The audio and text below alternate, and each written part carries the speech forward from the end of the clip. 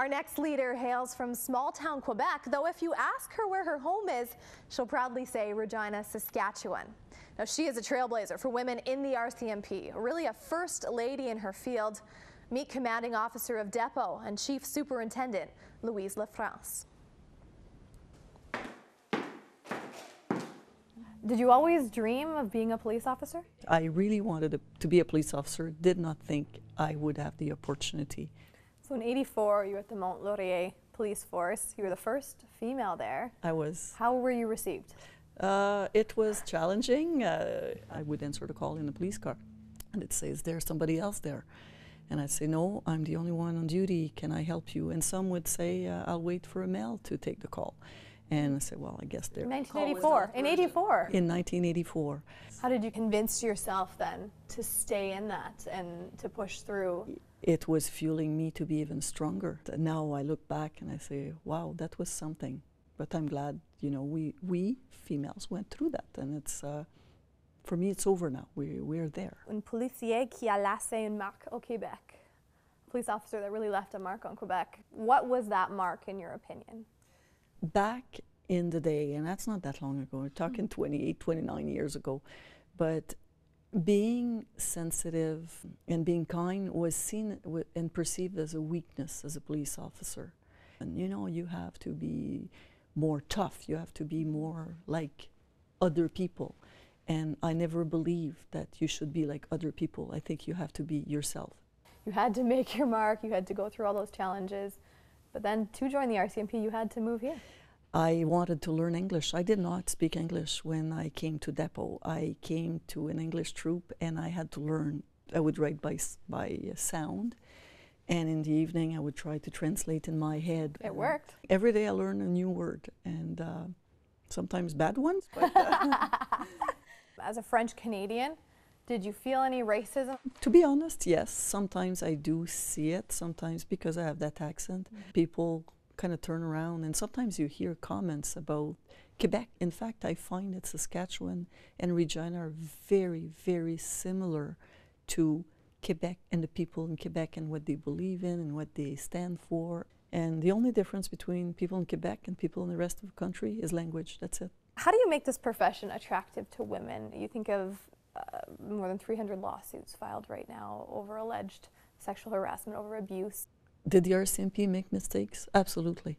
We have. We can't control what happened in the past, but a lot of these lawsuits or complaints are historical. We are in control of the future. People like myself, the commissioner, we all believe in making things better, making this organization a place where women feel comfortable.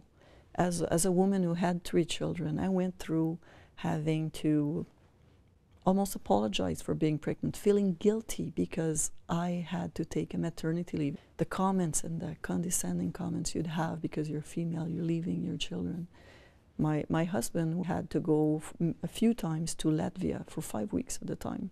Nobody ever questioned him leaving the family and the kids, and he's a member of the Mounties. But if I had to go for 2 or 3 weeks somewhere, people would say, "How can you leave your children?" Right? It's but I don't think it's a police issue. I think it's a society issue. You've had a lot first in your life as a female, but you don't like to refer to that.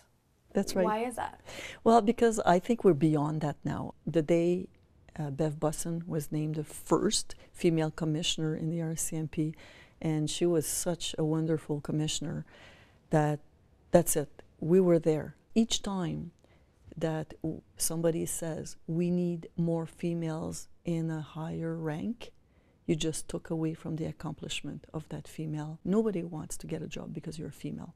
You want to get a job because you deserve it, you worked for it, and you are the best fit for that job. Wish that you had gotten married. Yes, I see marriages here happening all the time, and they're so beautiful. Let's talk about your family. Yes.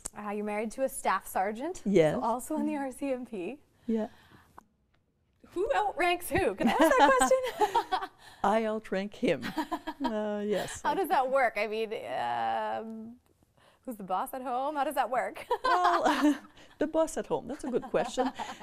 If you ask him, he would say he is. If Yeah. you ask me, I'll say I am. But no, I think we have a partnership together that's been there. I mean, when it's time to discipline, he's more the discipline guy than I am, as interesting as that might be. You guys have 3 kids. Yes. 2 officers as parents. Are they always like called to order, or is it very disciplined at home? Or I would say they know the difference between right and wrong. They know what we expect of them. We've always been very clear about all that, and I would say some of their friends sometimes were intimidated by the fact that you go, especially here living on base. I mean, you have to go to security gate to get to our house, so it's kind of maybe a bit overwhelming for them, but they're great with that. They understand what it is, and I am very, very proud of my 3 children. They're good people. you seem to always be in leadership positions. Is there anything in life that you like to take a back seat to?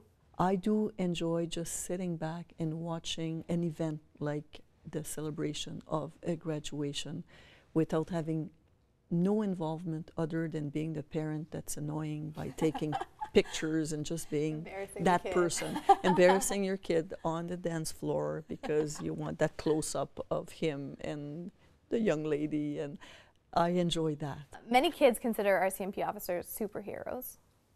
If you could be any superhero, which one would it be? Spider-Man. Spider-Man? Why? I just think it's so cool to see him go with just like this with the spider web from building to building, even though if there's one thing I'm scared of is heights. Oh, is it? And I think it was, because I always like challenges, so that would be my challenge, to just take that leap of faith with that spider web and go down. That'd be a good thing to add to the resume. I think so, yeah. Let people know. If a movie was made of your life, who is the actress that you would like to play you? I like Meryl Streep. A lot of people like her because she's a woman that stayed the woman. Meryl Streep never became that other person, and I think she'd be a good me. Maybe she's a bit older than me, though. Herself. She's a little bit older, I think, but she's very versatile. What is your biggest pet peeve in life? What drives you nuts? When somebody acts different, when there's somebody important in the room, say hello to people, acknowledge who's around the room. Everybody's important. Everybody has a special thing about them, and you should learn about that. If you had 15 minutes of fame and you could do any talent, what would be your talent? I'd love to be able to sing. Yeah? I'm from a family, there's a lot of people that sing, but I would say that, and when I say I have a big family, my mother is from a family of 14 kids, my dad 10 kids. Wow. Most people sing, including me, and we mostly sing really, really terribly. But if everyone's doing it together. Yeah, but usually people go up and sing at the mic, and that's just, sometimes it's really hard on your ears. What's a TV sitcom family that you would like to be kind of injected into? The Big Bang Theory. Big Bang. I just think it's hilarious. Unconventional families. They're hilarious. They are funny. I just think I don't understand where they get those ideas from. And you know, in the end, why I like that show is because at the end of the day, they're all good people. Mm-hmm. Nobody's mean in there, and I like that.